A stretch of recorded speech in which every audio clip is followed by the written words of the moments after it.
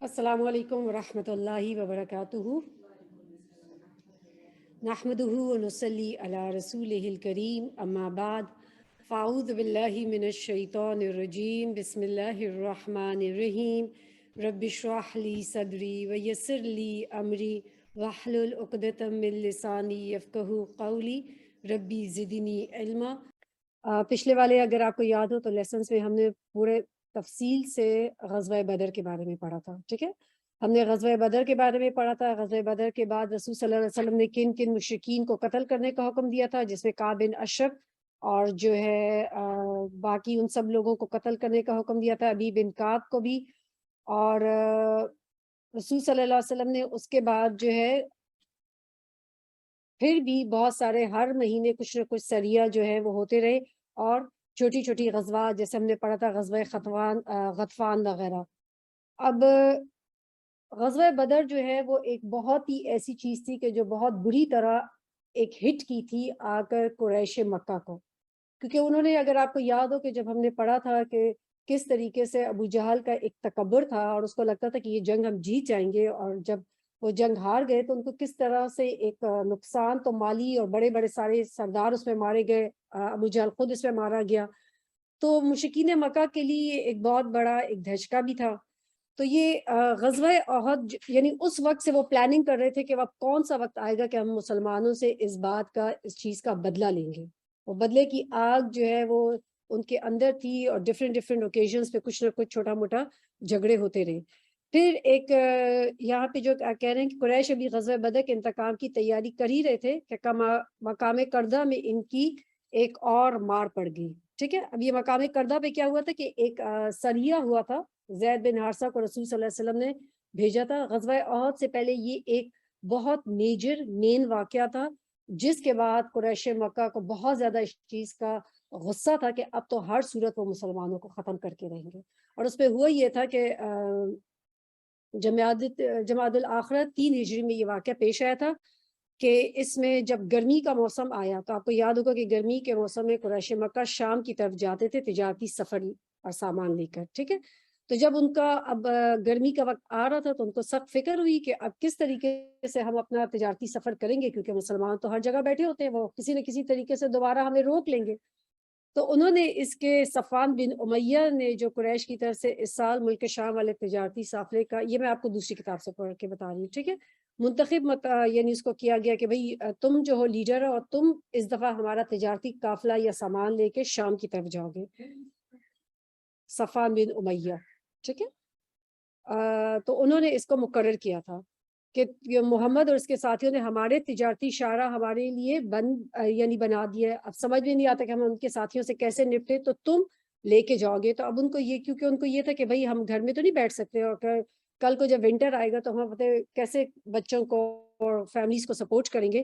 تو اس نے عبد المطلب نے جو ہے، اسود بن عبد المطلب نے اس کو یہ کہا صفوان کو کہ تم ایسا کرو کہ ساحل چھوڑ کر عراق کے راستے سے جاؤ، یعنی لمبا راستہ لو، عراق کا جو راستہ وہ بہت لمبا ہے ٹورڈ سیریا، تم اس راستے سے شام کی طرف جاؤ۔ تو اس انتظام کے بعد قریش کا یہ کارواں صفوان بن امیہ کی قیادت میں ایک نئے راستے کی طرف سے رواں دوا ہوا۔ جب مسلمانوں کو اس کی پورے منصوبے کی خبر پہنچی تو سلیح بن نعمان جو مسلمان ہو چکے تھے، نعیم بن مسعود کے ساتھ جو بھی مسلمان ہوئے تھے، انہوں نے اس کو بتایا کہ بھئی اس طریقے سے، یعنی انہوں نے ایک ایسا پلاننگ کیا کہ جو ایک شخص ابھی مسلمان نہیں ہوئے تھے، ان کو ان کے ساتھ اتنی ابھی شراب کی حرمت نہیں آئی تھی، تو اتنی شراب پلائی کہ اس سے پتہ لگ گیا کہ کیا جو ہے قریش کے پلانز، اور اس طریقے سے رسول صلی اللہ علیہ وسلم کو پتہ لگا، آپ صلی اللہ علیہ وسلم نے حملے کی تیاری کی، اور زید بن حارثہ کو اس کا کمان دے کے روانہ کیا۔ زید بن حارثہ نے ان لوگوں کو جو ہے پکڑ لیا، قافلے پر قبضہ کر لیا، اور صفوان بن امیہ اور جو باقی لوگ تھے وہ بھاگنے، سب جو ہے وہ بھاگ گئے۔ اب مسلمانوں کو اس میں بہت فائدہ ہوا تھا، 1,00,000 درہم کے قریب ان کو اس وقت، یعنی اس وقت 1,00,000 درہم بہت بڑی بات ہے، آج بھی ہے تو اس وقت تو بہت ہی بڑی بات تھی، جو ان کو بطور غنیمت آیا تھا۔ رسول صلی اللہ علیہ وسلم نے جیسے، چونکہ اگر آپ کو یاد ہو غزوہ بدر کے بعد مال غنیمت کے جو ہے سارے احکامات نازل ہو گئے تھے، تو آپ صلی اللہ علیہ وسلم نے اسی کے ذریعے سارے احکامات کے ساتھ اس کو تقسیم کر دیا گیا۔ اب یہ ایک بہت بڑا ایک مین واقعہ تھا، جس کے بعد ان کو سخت شدید غصہ تھا، جو یہاں پہ یہ لکھ رہے ہیں نا، اور مقام کردہ، یہ مقام کردہ پہ یہ پورا واقعہ پیش آیا تھا۔ ان پر ایک اور مار پڑ گئی. کیا مار پڑ گئی کہ 1,00,000 درہم کے قریب ان کا جتنا سامان تھا وہ سب ان سے چلا گیا مشرکین مکہ سے.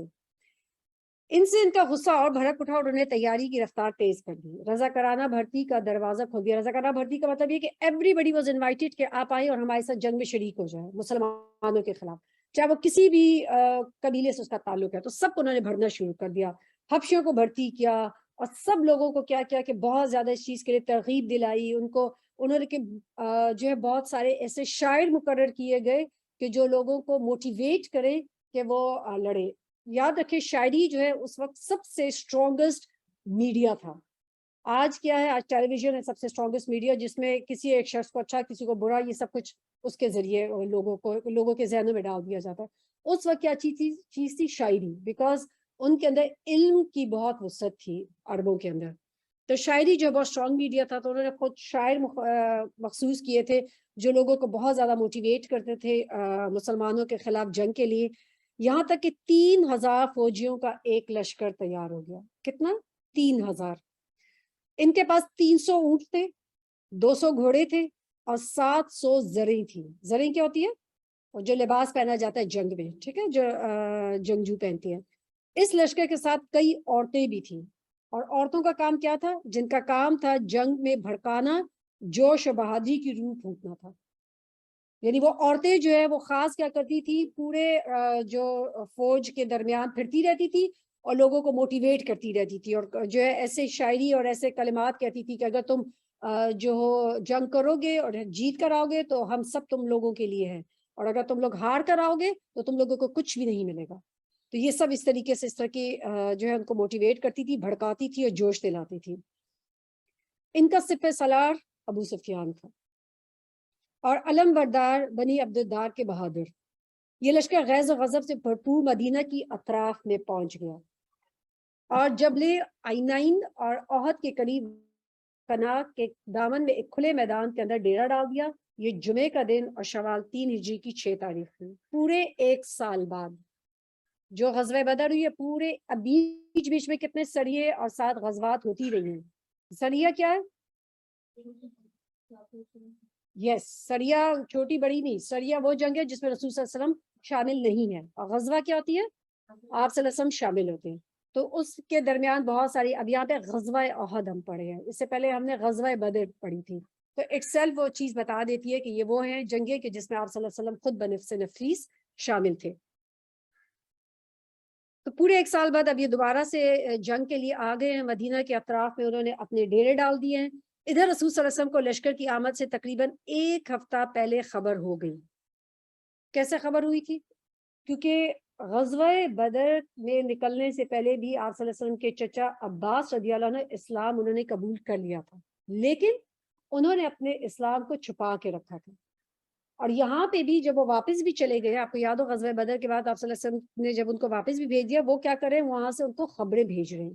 تو حضرت عباس رضی اللہ عنہ نے ایک خط کے ذریعے آپ صلی اللہ علیہ وسلم کو مطلع کیا تھا کہ مدینہ کی طرف آلریڈی وہ کوچ کر گئے اور کس طریقے سے ان کی جنگی تیاری. تو یہاں پہ رسول صلی اللہ علیہ وسلم کو خبر مل گئی ہے.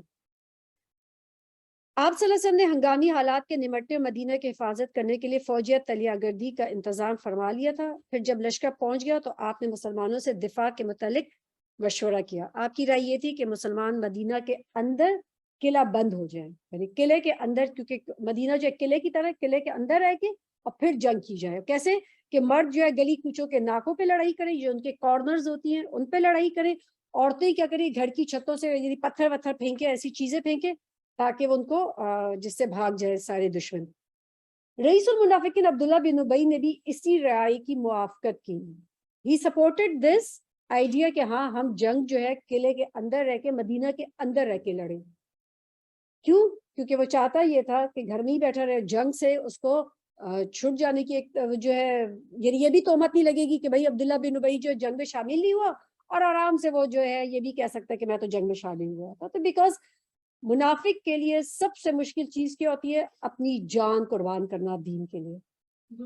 بزدل ہوتا ہے منافق جو ہے, وہ ایسا ہوتا ہے, وہ کیا ہوتا ہے, وہ سطحی طور پہ نماز روزہ سب کر سکتا ہے. عبداللہ بن ابی رسول صلی اللہ علیہ وسلم کے پیچھے پہلی صف میں کھڑے ہو کے نماز پڑھتا تھا اور آپ صلی اللہ علیہ وسلم کی تعریفوں میں زمین آسمان کے کلامے ملا دیتا تھا. لیکن جہاں اس کو اپنی جان دینی پڑتی یا لڑنا پڑتا, مال دینا پڑتا وہ پیچھے ہٹ جاتا.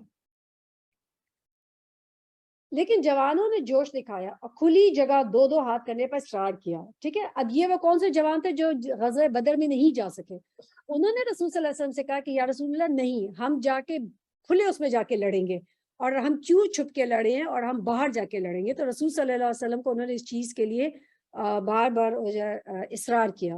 آپ صلی اللہ علیہ وسلم نے ان کی رائے مان لی اور لشکر کو 3 دستوں میں تقسیم کر دیا, یعنی لشکر جو تھے 3 گروپس میں تقسیم ہو گیا.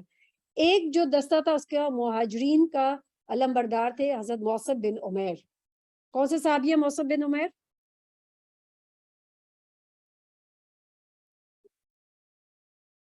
سوچے سوچے جلدی سے. موصب بن عمیر کون سے صحابی ہے؟ ان کے بارے میں ہم نے بہت پڑھا. رسول صلی اللہ علیہ وسلم نے اپنے سے پہلے مدینہ کس کو بھیجا تھا تاکہ لوگوں کو مدینہ کے جا کے, ٹھیک ہے, غزوہ احد یہ بھی ہم پڑھے نا, غزوہ بدر, ٹھیک ہے.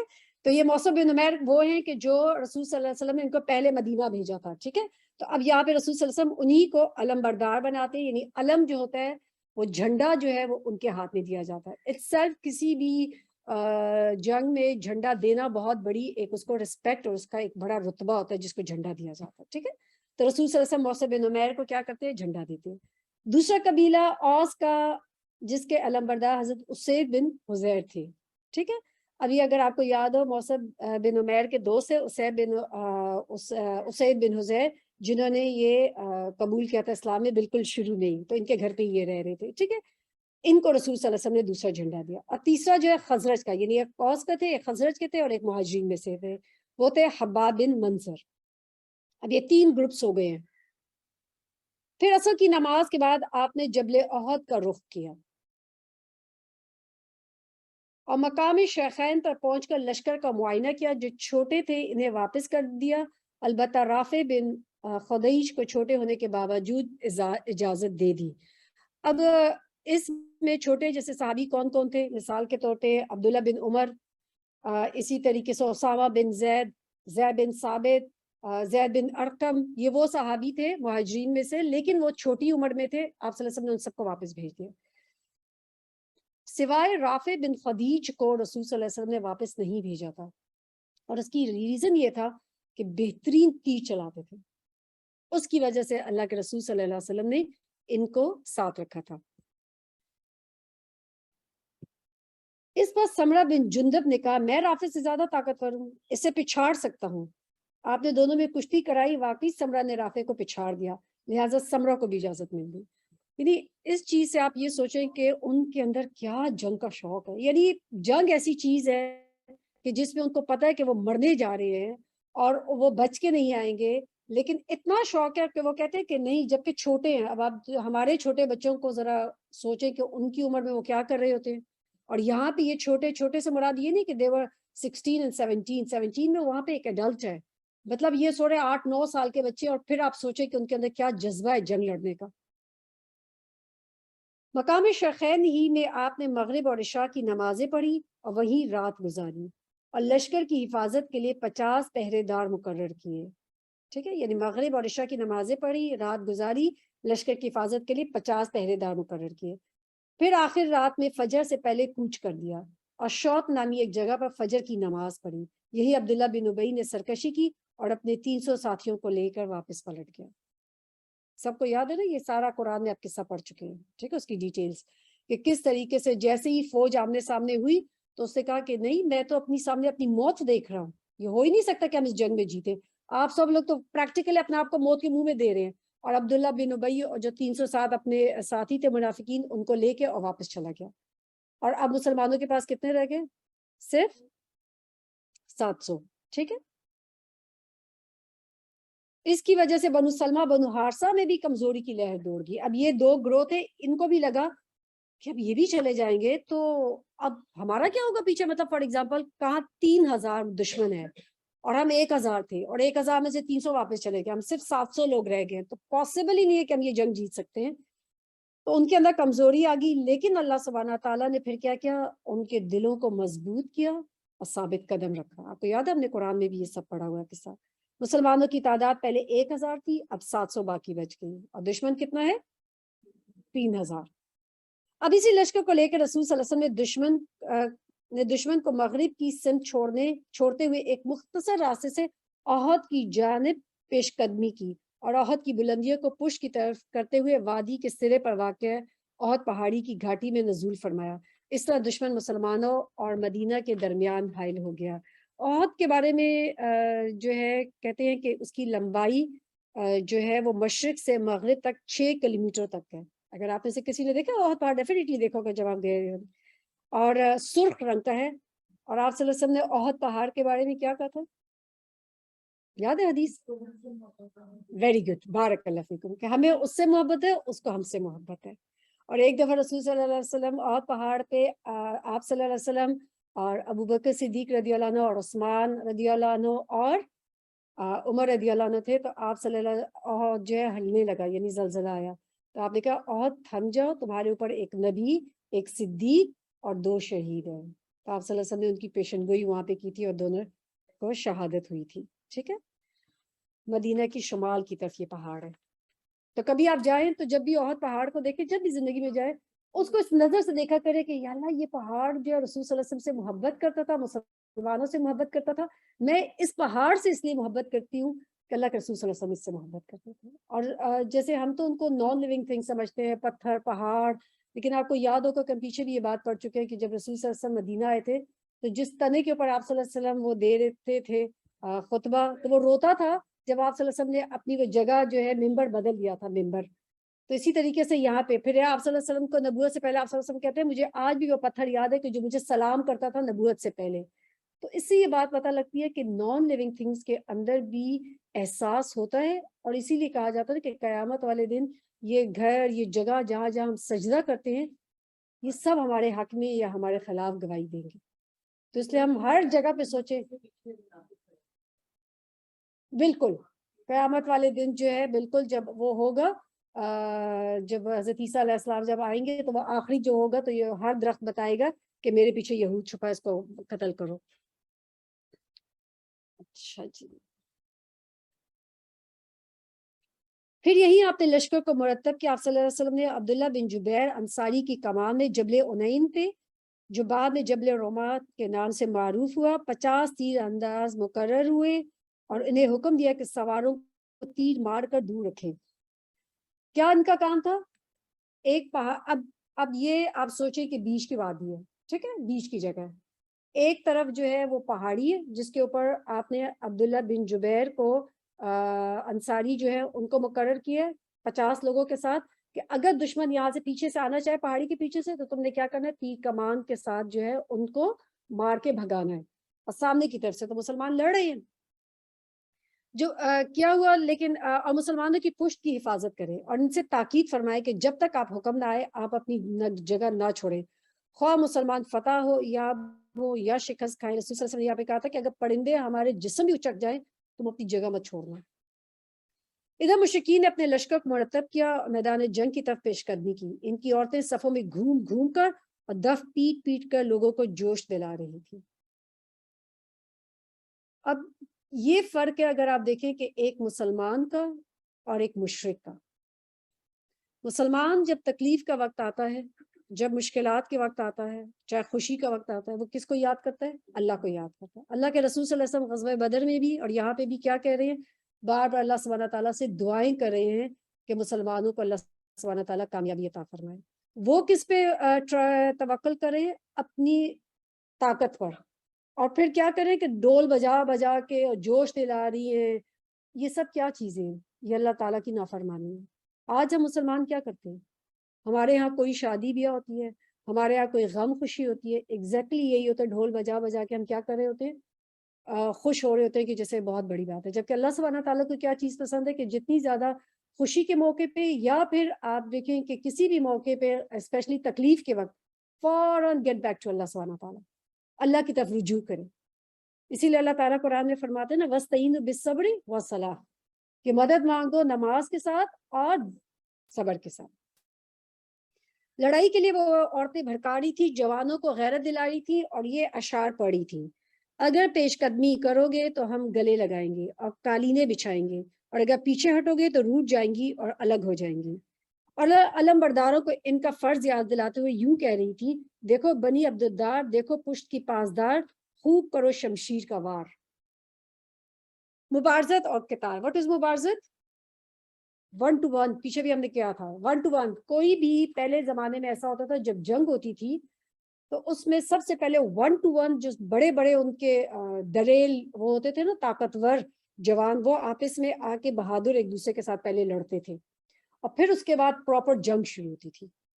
تو دونوں لشکر قریب آ گئے تو مشرکین کا علم بردار قریش کا سب سے بہادر انسان طلحہ بن ابی طلحہ عبدری نامودار ہوا، وہ اونٹ پر سوار تھا۔ اس سے دعوت مبارزت دی، اسے دعوت دی کہ چلو آؤ، کون 1 to 1 میرے ساتھ لڑے گا؟ جواب حضرت زبیر بن عوام رضی اللہ عنہ آگے بڑھے، شیر کی طرح جس لگائی اور اونٹ پر جا چڑھے، پھر اسے اپنی گرفت میں لے کر زمین پر کود گئے اور تلوار سے ذبح کر دیا۔ زبیر بن عوام کو تھے رسول صلی اللہ علیہ وسلم کے کزن ہیں، ٹھیک ہے، اور یہ زبیر بن عوام جو حضرت اسماء رضی اللہ عنہ کے شوہر بھی تھے، ٹھیک ہے، حضرت عائشہ کے یعنی جو بہن ہے حضرت اسماء، ان کے شوہر تھے یہ۔ پھر اسے اپنی گرفت لے کر زمین پہ کود گیا اور تلوار سے ذبح کر دیا۔ اس پر نبی صلی اللہ علیہ وسلم نے نعرہ تکبیر بلند کیا اور مسلمانوں نے بھی نعرہ تکبیر بلند کیا۔ اس کے بعد ہر طرف جنگ کے شعلے بھڑک اٹھے۔ خالد بن ولید نے جس وقت مشرکین کے رسلدار تھے، یعنی ان کے سپہ سالار تھے، 3 بار کوششوں کی کہ مسلمانوں کی پشت پر جا پہنچے، یعنی کون سی پشت ہے؟ یہ وہی جہاں سے آپ صلی اللہ علیہ وسلم نے عبداللہ بن جبیر کو متعین کیا ہے، وہاں کی طرف سے وہ آنا چاہ کی کوشش کرنے لگے، لیکن 3 اندازوں نے تیر برسا کر انہیں واپس کر دیا۔ مسلمانوں نے مشرکین کے علمبرداروں پر اپنا حملہ مرکوز رکھا، یہاں تک کہ ان کا مکمل صفایا کر دیا۔ اب جنگ میں سب سے پہلے کس کا پلڑا بھاری تھا؟ مسلمانوں کا۔ مسلمانوں کو پیچھے سے بھی آنے کا انہوں نے راستہ اپنا سیل کیا ہوا تھا، کہیں سے بھی آنے کے لیے راستہ نہیں دے رہے تھے، اور سامنے سے بھی کیا تھا؟ تیر برسا، یعنی جنگ میں سب کا انہوں نے صفایا کر دیا مشرکین کا مسلمانوں نے۔ یہ کل 11 شخص سے ان کے خاتمے کے بعد جھنڈا زمین پر آ گرا۔ مسلمانوں نے بقیہ اطراف پر بھی حالہ بول دیا، صفوں کی صفیں الٹ گئی، مشرکین کو اچھی طرح پٹائی کی گئی۔ ابو دجانہ حمزہ رضی اللہ عنہ نے بڑے بڑے کارنامے انجام دیے۔ اب ابو دجانہ جو ہے ایک صحابی تھے رضی اللہ عنہ، ان کے بارے میں مشہور ہے کہ یہ جب بھی جنگ کے لیے جاتے تو اپنے بازو پہ نا سرخ پٹی باندھ دیتے تھے۔ تو وہ سرخ پٹی اس لیے باندھتے تھے کہ یہ سرخ پٹی میں نے باندھی ہے نا، اس کا رنگ لال ہے، اب یا تو میں مروں گا یا مار دوں گا، یعنی اس سے پہلے میں واپس نہیں جاؤں گا۔ تو آپ صلی اللہ علیہ وسلم نے ایک دن یعنی جنگ سے پہلے آپ صلی اللہ علیہ وسلم کے ہاتھ میں ایک تلوار تھی۔ آپ صلی اللہ علیہ وسلم نے فرمایا کہ یہ تلوار کون مجھ سے لے گا؟ تو سب نے صحابہ نے کہا یا رسول اللہ ہمیں دے یہ تلوار۔ تو حضرت زبیر بن عوام کہتے ہیں کہ میں نے بھی رسول صلی اللہ علیہ وسلم سے تلوار مانگی، لیکن آپ صلی اللہ علیہ وسلم نے مجھے وہ تلوار نہیں دی۔ تو کہتے ہیں مجھے بڑا میرے دل پر اثر ہوا، میں نے سوچا کہ میں آپ صلی اللہ علیہ وسلم کی پھوپھی کا بیٹا ہوں، ٹھیک ہے، اور آپ صلی اللہ علیہ وسلم نے مجھے نہیں دی، لیکن حضرت ابو دجانہ جو آئے تو انہوں نے آپ صلی اللہ علیہ وسلم کہا یا رسول اللہ آپ مجھے یہ تلوار دے۔ آپ صلی اللہ علیہ وسلم نے فرمایا کیا کرو گے؟ انہوں نے کہا کہ میں دشمن کا اس سے صفایا کر کے رکھ لوں گا۔ تو آپ صلی اللہ علیہ وسلم نے تلوار اس کو دے دی۔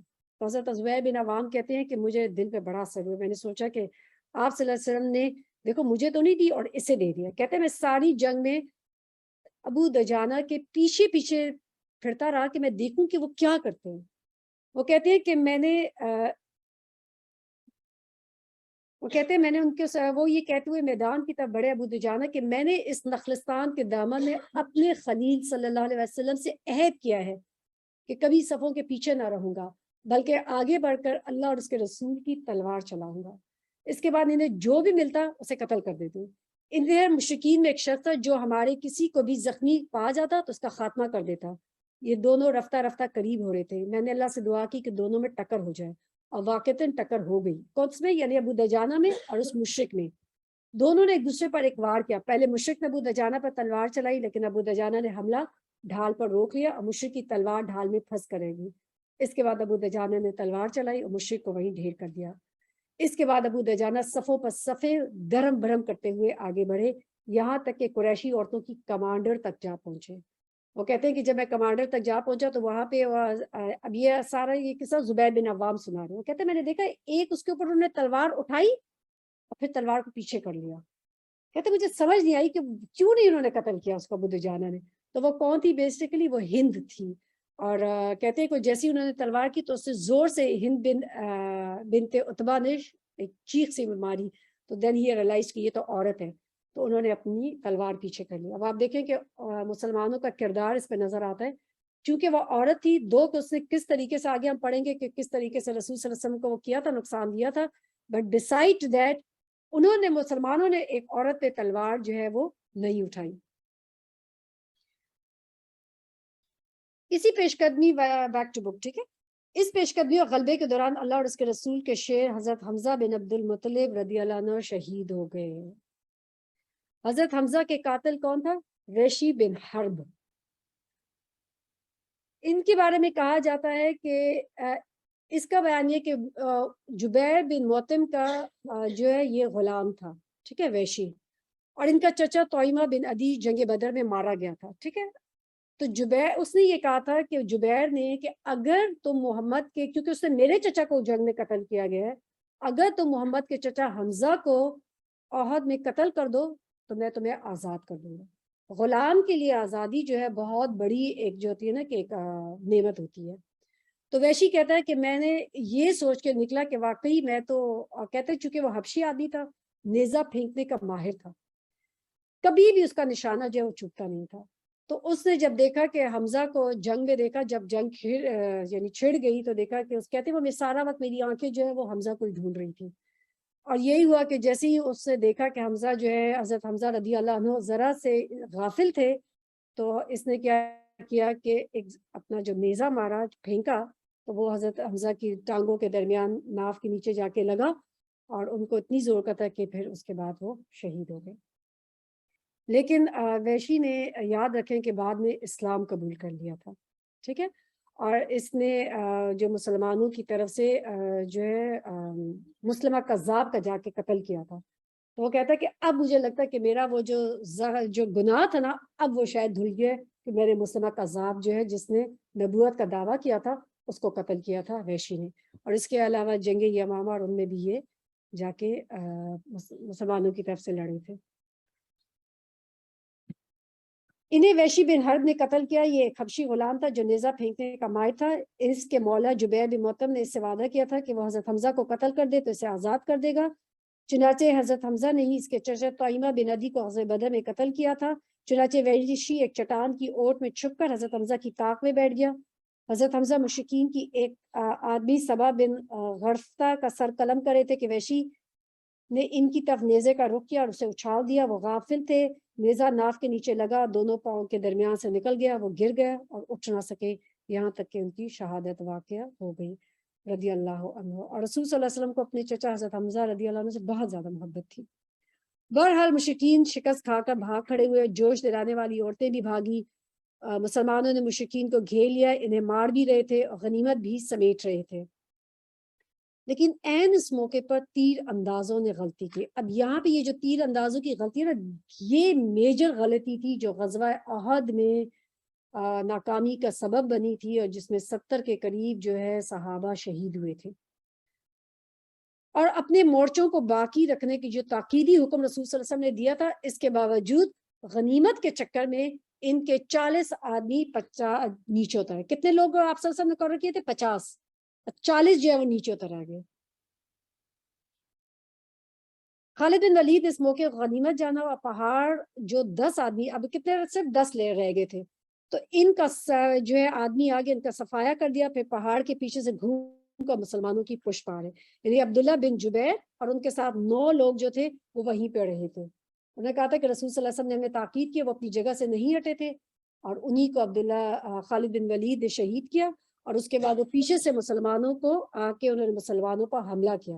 اب آپ سوچیں کہ مسلمان جو ہے وہ کیا، سامنے سے مشرکین ہیں، بیچ میں مسلمان ہیں، اور پیچھے پہاڑی جہاں پہ آپ صلی اللہ علیہ وسلم اترے ہیں وہاں سے بھی آ گیا مشرک. تو مسلمان جو ہے وہ بیچ میں، دے آر سراؤنڈڈ، ٹھیک ہے، فوراً. اور ان کو نرغے میں لینا شروع کر دیا. ان کے سواروں نے ایک نعرہ بلند کیا جسے مشرکین نے پہچان لیا، اور وہ پلٹ پڑے. اب مشرکین جو بھاگ رہے تھے، جب انہوں نے خالد بن ولید نے نعرہ لگایا جو ان کا اپنا جو بھی نعرہ تھا، تو وہ واپس پلٹ کے آ گئے. اور ان کی ایک عورت نے لپک کر جھنڈا اٹھا لیا. پھر کیا تھا، بکھرے مشرکین اس کے گرد سمٹ آئے اور جم گئے.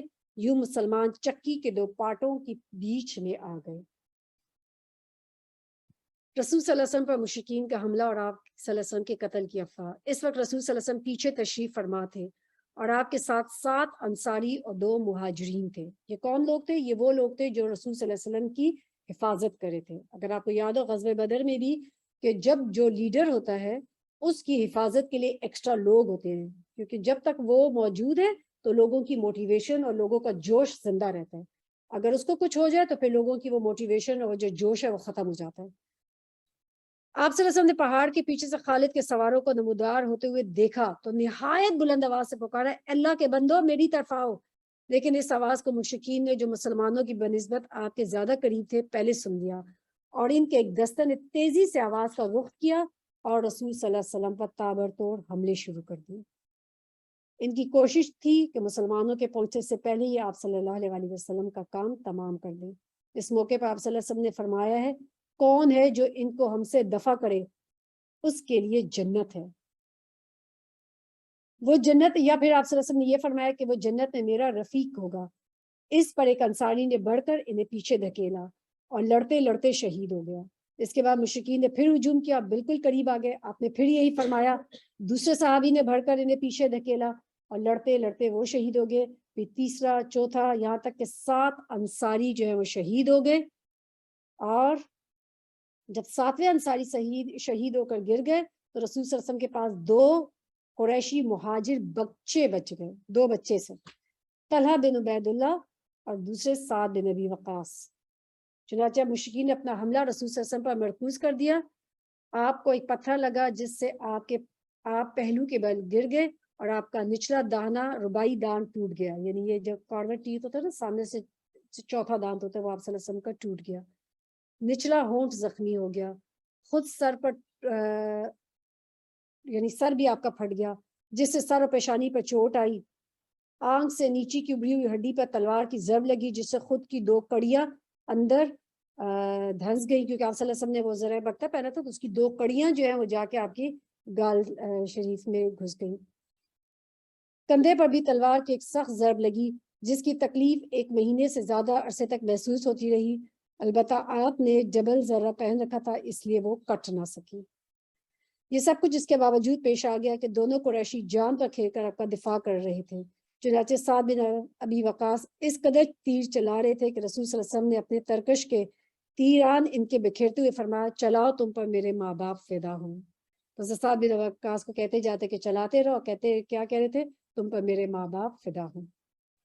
طلحہ بن عبید اللہ نے تنہا پچھلے سے سب لوگوں کے برابر لڑائی لڑی، یہاں تک کہ 35 یا 39 زخم آئے، پھر اپنے ہاتھ پر تیر تلوار روک روک کر نبی صلی اللہ علیہ وسلم کو بچایا، جن سے ان کی انگلیاں زخمی ہو کر شل ہو گئی۔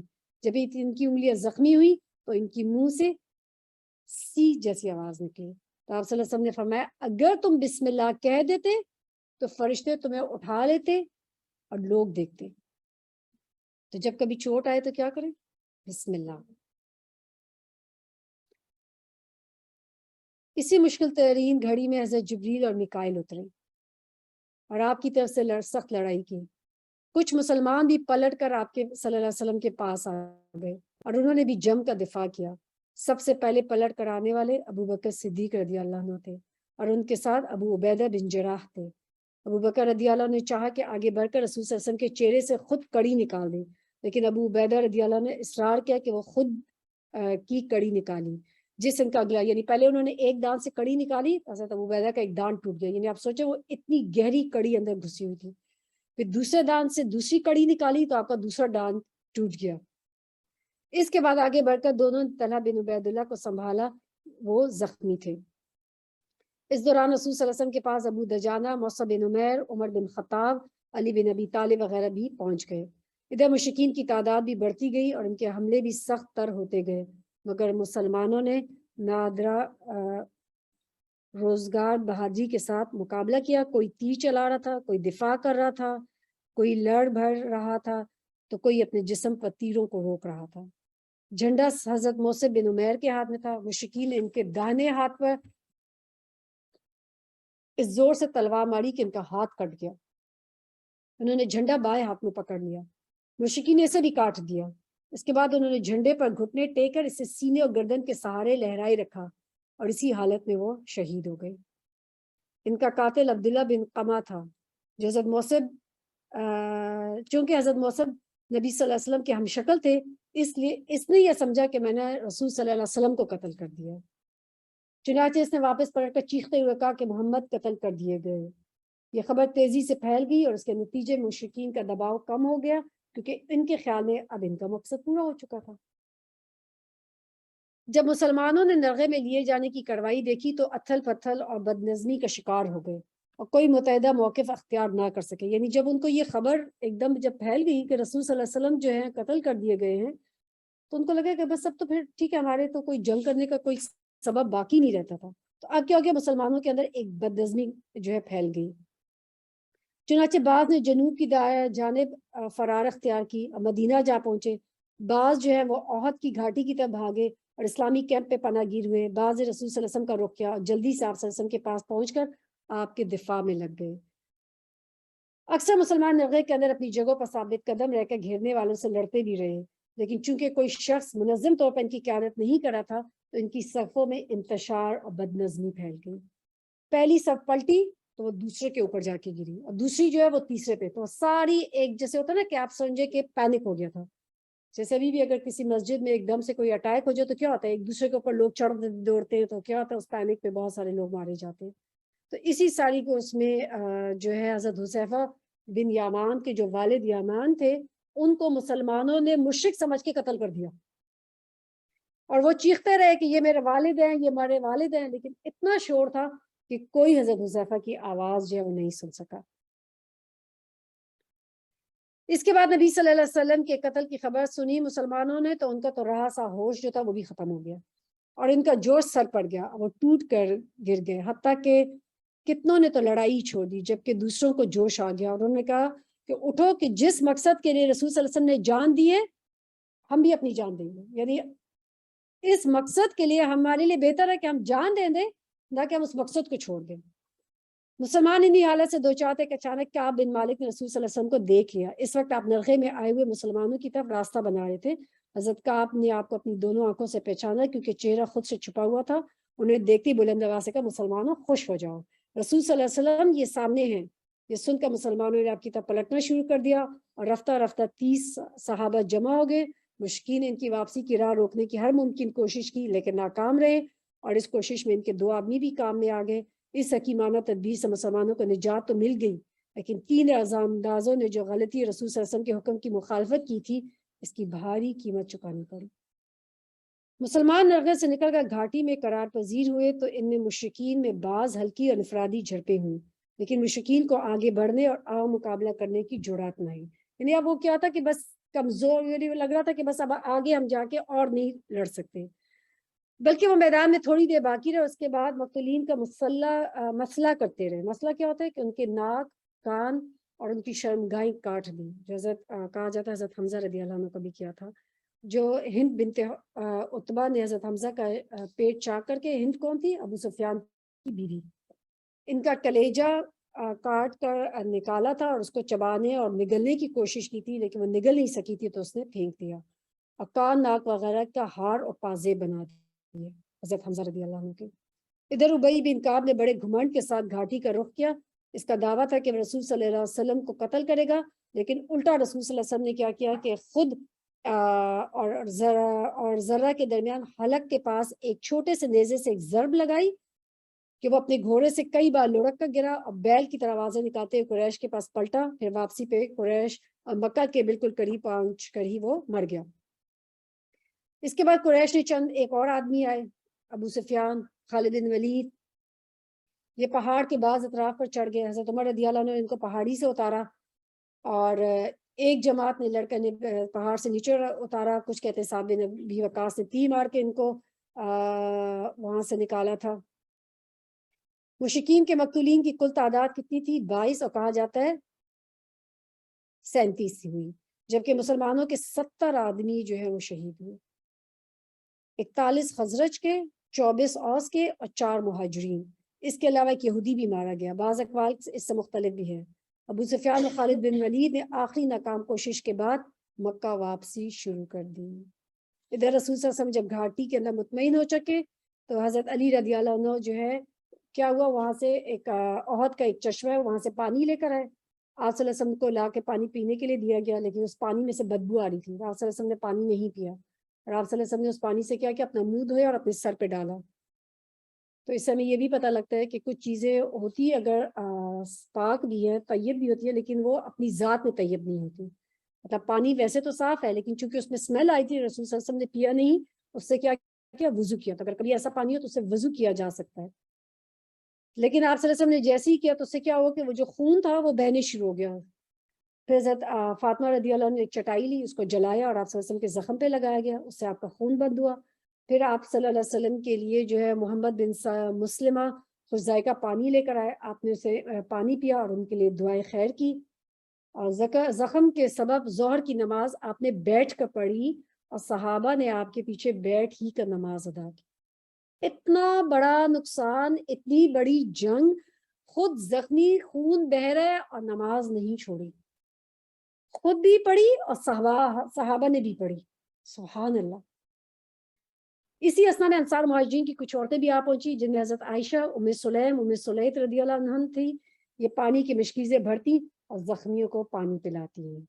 جب مشرکین واپسی کے لیے پورے طور پر تیار ہو چکے، تب ابو سفیان جبل احد پر نمودار ہوا، اب آواز بلند ہوا، کیا تم میں محمد ہیں؟ کسی نے کوئی جواب نہیں دیا۔ اس نے پھر کیا تم میں ابو قحافہ کے بیٹے ہیں؟ ابو قحافہ ابو بکر صدیق رضی اللہ عنہ کے بیٹے، پھر کسی نے جواب نہ دیا۔ پھر سے کیا تم میں عمر بن خطاب ہیں؟ کسی نے کوئی جواب نہیں دیا، کیونکہ آپ صلی اللہ علیہ وسلم نے ان کو منع کیا ہوا تھا۔ ابو سفیان نے کہا اچھا چلو، ان تینوں سے تو ہمیں فرصت ہوئی، یعنی ہماری جان چھوٹی۔ یہ سن کر حضرت عمر رضی اللہ عنہ بے قابو ہو گئے، بولے او اللہ کے دشمن، جن کا تو نے نام لیا وہ سب زندہ ہیں، اور ابھی اللہ نے تیری رسوائی کا سامان باقی رکھا ہے۔ ابو سفیان نے کہا تمہارے مقتولین کا مسلح ہوا ہے، لیکن میں نے اس کا حکم نہیں دیا، لیکن میں نے اس کو برا بھی نہیں منایا ہے، نہ تو میں نے حکم دیا، لیکن مجھے کوئی برا بھی نہیں لگا کہ ان کو کیا گیا تھا۔ پھر سے نعرہ لگایا اعلی حبل، حبل جو ہے ان کا کیا تھا؟ سب سے بڑا بت تھا، تو اس کی کہ یعنی اس کا مطلب کیا ہے؟ حبل بلند ہو۔ آپ صلی اللہ علیہ وسلم نے صحابہ کو جواب سکھایا کہ انہوں نے کیا کہا؟ اللہ اعلی و جلو، کہ اللہ اعلی ہے اور برتر ہے۔ ابو سفیان نے پھر نعرہ لگایا لنا العزا ولا عزا لکم، ہمارے لیے عزا ہے، تمہارے لیے کوئی عزا نہیں ہے۔ تو آپ صلی اللہ علیہ وسلم نے صحابہ کو کیا جواب سکھایا؟ اللہ مولانا ولا مولا لکم، ہمارا اللہ ہمارا مولا ہے، تمہارا کوئی مولا نہیں ہے۔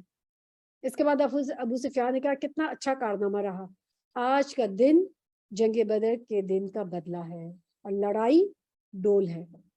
کیا مطلب؟ وہ لڑائی ڈول ہے، کبھی ایک طرف کبھی دوسری، ایک پانی بھرتا ہے کبھی دوسرا پانی بھرتا ہے، یعنی کل اگر تم نے فائدہ اٹھایا ہے تو آج ہم نے فائدہ اٹھا دیا۔ کل ہمارے 70 سردار مارے گئے، تم لوگوں کے 70 صحابہ مارے گئے، نہیں ایسا تمہارا رضی اللہ نے کہا برابر نہیں، ہمارے مقتولین جنت میں ہیں اور تمہارے مقتولین جہنم میں۔ ابو سفیان نے کہا تم لوگ یہی سمجھتے ہو، لیکن اگر ایسا ہوا تو ہم خائب و خاسر رہے، یعنی اگر ہم جہنم میں جانے والوں میں سے تو پھر تو واقعی ہم بڑے کوئی خسارہ اٹھانے والے لوگ ہوں گے۔ پھر ابو سفیان نے حضرت عمر کو بلایا، کہا عمر میں اللہ کا واسطہ دے کر تم سے پوچھتا ہوں، کیا ہم نے محمد کو قتل کر دیا؟ حضرت عمر نے کہا واللہ نہیں، وہ اس وقت بھی تمہاری بات سن رہے ہیں۔ ابو سفیان نے کہا تم میرے نزدیک ابو کما سے زیادہ سچے اور رازباز ہو۔ ابن کما کون تھا؟ وہ کافر جس سے اب جو ہے موسیٰ بن عمیر کا بھی ہم نے پیچھے پڑھا تھا کہ اس کا قتل کیا تھا، تو اسے کہا کہ یعنی میں تمہیں بہت ایک وہ سمجھتا ہوں کہ تم سچے اور رازباز ہو۔ اس کے بعد ابو سفیان نے پکارا آئندہ سال بدر میں پھر لڑنے کا وعدہ ہے۔ اللہ اکبر۔ رسول صلی اللہ علیہ وسلم نے ایک صحابی سے فرمایا کہہ دو ٹھیک ہے، اب یہ بات ہمارے اور تمہارے درمیان طے پائی، یعنی ٹھیک ہے ہم بھی تیار رہیں گے اگلے سال دوبارہ بدر میں جنگ کرنے کے لیے۔ اس کے بعد ابو سفیان واپس آ گیا، مشرکین کے لشکر نے کوچ کا آغاز کر دیا، وہ اونٹنوں پہ سوار تھے، گھوڑوں کو پہلو میں رکھ کر رکھا تھا۔ اس کے معنی یہ تھے کہ ان کا ارادہ مکہ کا ہے، اور یہ مسلمانوں پر محض اللہ کا فضل تھا، کیونکہ مشرکین اور مدینہ کے درمیان کوئی نہ تھا جو انہیں مدینہ میں داخل ہونے سے روکتا، کیونکہ مدینہ اس وقت کیا تھا؟ پریکٹیکلی کوئی سردار اور کوئی بھی بچانے کے لیے مدینہ میں کوئی بھی اس وقت موجود نہیں تھا۔ اگر مشرکین جو ہے مکہ کی بجائے مدینہ چلے جاتے تو آرام سے سب کا صفایا کر دیتے، پورے مدینہ پہ قبضہ کر سکتے تھے، لیکن اللہ سبحانہ تعالیٰ نے ان کو وہاں جانے سے روک دیا، اور انہوں نے کیا کیا؟ مکہ کی طرف رخ کر دیا، جبکہ وہ ایزلی جا سکتے تھے۔ لیکن اللہ تعالیٰ نے جو انسان اور اس کے دل کے درمیان حائل ہوتا ہے انہیں پھیر دیا. کبھی کبھار ایسا ہوتا ہے نا ہمارے لیے بھی زندگی میں کہ کبھی کوئی چیز کوئی تکلیف آنے والی ہوتی ہے کہ اللہ سبحانہ تعالیٰ آپ کو اس چیز سے بچا لیتا ہے, آپ اپنا راستہ بدل لیتے ہیں, کچھ ہو جاتا ہے, انسان سوچتا ہے پتہ نہیں کیسے یہ ہوا. تو وہ اللہ سبحانہ تعالیٰ جو ہے نا اس وقت آپ کو اس جگہ سے, اس چیز سے, اس نقصان سے بچا لیتا ہے. ہر جو بھی نقصان پہنچتا ہے کہ چاہے فائدہ پہنچتا ہے, ہر چیز اللہ سبحانہ تعالیٰ کی طرف سے, اس میں ہی خیر ہوتی. اس کے بعد مسلمان زخمیوں اور شہیدوں کی کھوج خبر لینے کے لیے میدان میں اتر آئے. بعض لوگوں نے بعض شہیدوں کو مدینہ منتقل کر دیا. آپ نے حکم دیا انہیں ان کی شہادت گاہوں پہ واپس لایا جائے اور سارے شہداء کا غسل اور نماز کے بغیر ان کے کپڑوں کے اندر ہی دفن کر دیا جائے. آپ نے 2 اور 3 شہیدوں کو ایک ہی قبر کے اندر دفن کیا اور بسا کا 2 شہیدوں کو ایک ہی کپڑے کے اندر جمع فرمایا اور درمیان میں اصغر کی گھاس ڈال دی. اب آپ اس سے مسلمانوں کے حالات دیکھیں کہ ان کے پاس نہ تو زمین ہے نہ کفن ہے دینے کے لیے, اور یہ بڑے بڑے صحابہ موصب بن عمیر اور حضرت حمزہ رضی اللہ عنہ اور ان سب کو جو ہے اور کیسے قبروں میں ڈالا گیا تھا اکارڈنگ ٹو جو ان کا لیول آف علم تھا. اگر کوئی حافظ القرآن ہے تو اس کو پہلا درجہ دیا گیا تھا. اور فرمایا کہ میں ان لوگوں کے بارے میں قیامت کے روز گواہی دوں گا. اور اللہ نے شخص کو آگے رکھا جسے قرآن زیادہ یاد تھا اور فرمایا کہ میں ان لوگوں کے بارے میں قیامت کے روز گواہی دوں گا.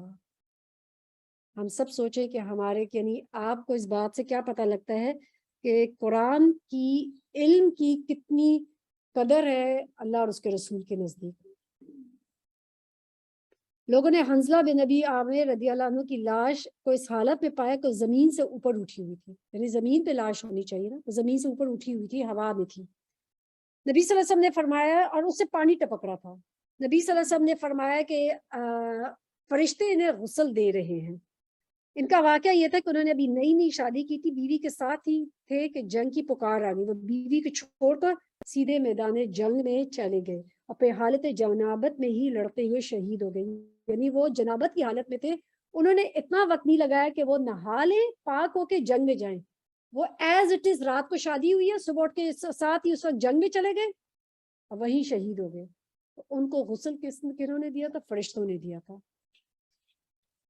لہٰذا فرشتوں نے انہیں غسل دیا اور اسی لیے انہیں غسیل الملائکہ یعنی فرشتوں کے غسل دینے ہوئے کہلاتے ہیں. یعنی ان کو کیا کہا جاتا ہے؟ غسیل الملائکہ, کہ فرشتوں نے ان کو غسل دیا تھا. حضرت حمزہ کو اتنی چھوٹی چادر میں کفنایا گیا کہ اگر سر ڈھانکا جاتا تو پاؤں کھل جاتے, اور پاؤں ڈھانکے جاتے تو سر کھل جاتا. چنانچہ پاؤں میں اثر گھاس ڈال دی گئی. یہ صورتحال موصب بن عمیر کے ساتھ بھی پیش آئی. یہ وہ بڑے بڑے صحابہ ہیں کہ ہم ان کے وہ کہتے ہیں نا کہ قریب بھی نہیں ہیں, اور ان کو دیکھیں اور کیسے ان کو دفنایا گیا. رسول صلی اللہ علیہ وسلم مسلمان شہداء کے دفن اور ان کے لیے دعا سے فارغ ہو چکے تو مدینہ کا رخ کیا. راستے میں کچھ عورتیں ملی جن کے اقارب شہید ہوئے تھے. نبی صلی اللہ علیہ وسلم نے انہیں تسلی دی اور ان کے لیے دعا فرمائی. بنو دینار کے خاتون آئی جن کے شوہر, بھائی اور باپ شہید ہو گئے تھے اس جنگ میں.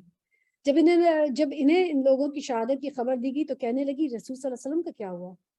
لوگوں نے کہا آپ الحمدللہ ٹھیک ہے, جیسا تم چاہتی ہو ویسی ہیں. خاتون نے کہا ذرا مجھے بس آپ صلی اللہ علیہ وسلم کو دکھلا دو. لوگوں نے انہیں اشارے سے بتایا. جب ان کی نظر آپ پر پڑی تو بے ساختہ پکار اٹھی, کل مصیبت بعدک جلل, آپ کے بعد ہر مصیبت جو ہے وہ ہیچ ہے. 70 گھروں کے اندر غم تھا اس جنگ کے بعد مدینہ, لیکن اس کے باوجود ہر شخص رسول صلی اللہ علیہ وسلم کے بچ جانے اور آپ صلی اللہ علیہ وسلم خیریت سے تھے, وہ ان کے لیے زیادہ اہمیت تھی نہ کہ اپنے گھر والے, اپنے بچے, بھائی, باپ کے مرنے سے. یعنی ان کو اتنی محبت ہے رسول صلی اللہ علیہ وسلم سے. مدینہ پہنچ کے مسلمانوں نے ہنگامی حالت میں رات گزاری. زخم, تھکان اور حزن و عالم سے چور چور کر رکھا تھا, پھر بھی مدینہ کا پہرا دیتے رہے. رسول صلی اللہ علیہ وسلم کی حفاظت پر متعین رہے. ادھر رسول صلی اللہ علیہ وسلم نے محسوس کیا کہ دشمن کی نقل و حرکت پر نظر رکھنا ضروری ہے تاکہ اگر وہ مدینہ واپس آنے کی کوشش کریں تو اس سے کھلے میدان میں ہی 2 ہاتھ کر لیے جائیں. چنانچہ صبح ہوئی. غزوہ حمر الاسد اسی سے کنیکٹڈ ہے غزوہ احد سے, تو اس لیے میں اس کو ساتھ ہی پڑھوں گی, صرف ایک ہی پیج ہے. چنانچہ صبح ہی تو آپ نے مسلمانوں میں اعلان فرمایا دشمن سے مقابلے کے لیے چلنا ہے. اب آپ سوچیں رات کو پہنچے ہیں, خود رسول صلی اللہ علیہ وسلم زخمی ہیں, تمام صحابہ زخمی ہیں, 70 صحابہ شہید ہو گئے. رسول صلی اللہ علیہ وسلم کہہ رہے ہیں صبح اٹھ کے دشمن کے مقابلے کے لیے دوبارہ چلنا ہے. صرف وہی آدمی چل سکتا ہے جو مارکہ احد میں موجود تھا, یعنی منافق اب کوئی شامل نہیں ہوگا ساتھ. لوگوں نے کہا سمعن وطاعتن, ہم نے سنی اور مانی. چنانچہ لوگ مدینہ سے چل پڑے, 8 میل دور حمر الاسد پہنچ کر پڑاؤ ڈال دیا.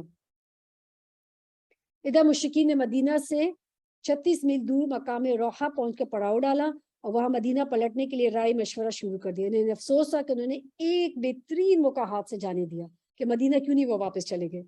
اسی دوران محبت بن نبی محبت خزائی جو رسول صلی اللہ علیہ وسلم کے خیر خواہوں میں سے تھا, حمر الاسد میں آپ کے پاس آیا اور احد کے واقعے پر آپ سے تعزیت کی. آپ نے اسے فرمایا کہ وہ ابو سفیان سے ملے اور اس کی حوصلہ شکنی کرے.